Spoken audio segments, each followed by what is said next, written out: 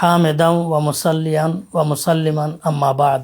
জামিয়া রশিদিয়ার সর্বস্তরের পারিবারিক সদস্য মহোদয় ও হিতাকাঙ্ক্ষীদের জানাই আসসালামু আলাইকুম ওয়া রাহমাতুল্লাহি ওয়া বারাকাতুহু।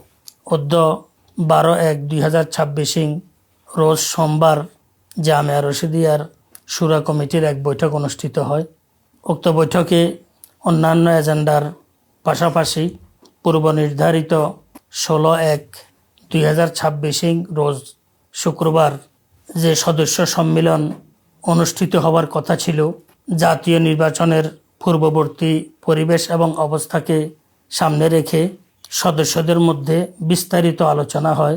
বিস্তারিত আলোচনা পর্যালোচনার পর এই বৎসর উক্ত সম্মেলন স্থগিতকরণের সিদ্ধান্ত সর্বসম্মতিক্রমে গৃহীত হয়। আপনাদের সম্মেলন কেন্দ্রিক যে দান দক্ষিণাগুলো আছে, আল্লাহ পাক দান দক্ষিণাগুলোকে কবুল করেন। আরও বেশি বেশি মাদ্রাসাগুলোর সাথে আন্তরিক হওয়ার তৌফিক আল্লাহ পাক দান করেন।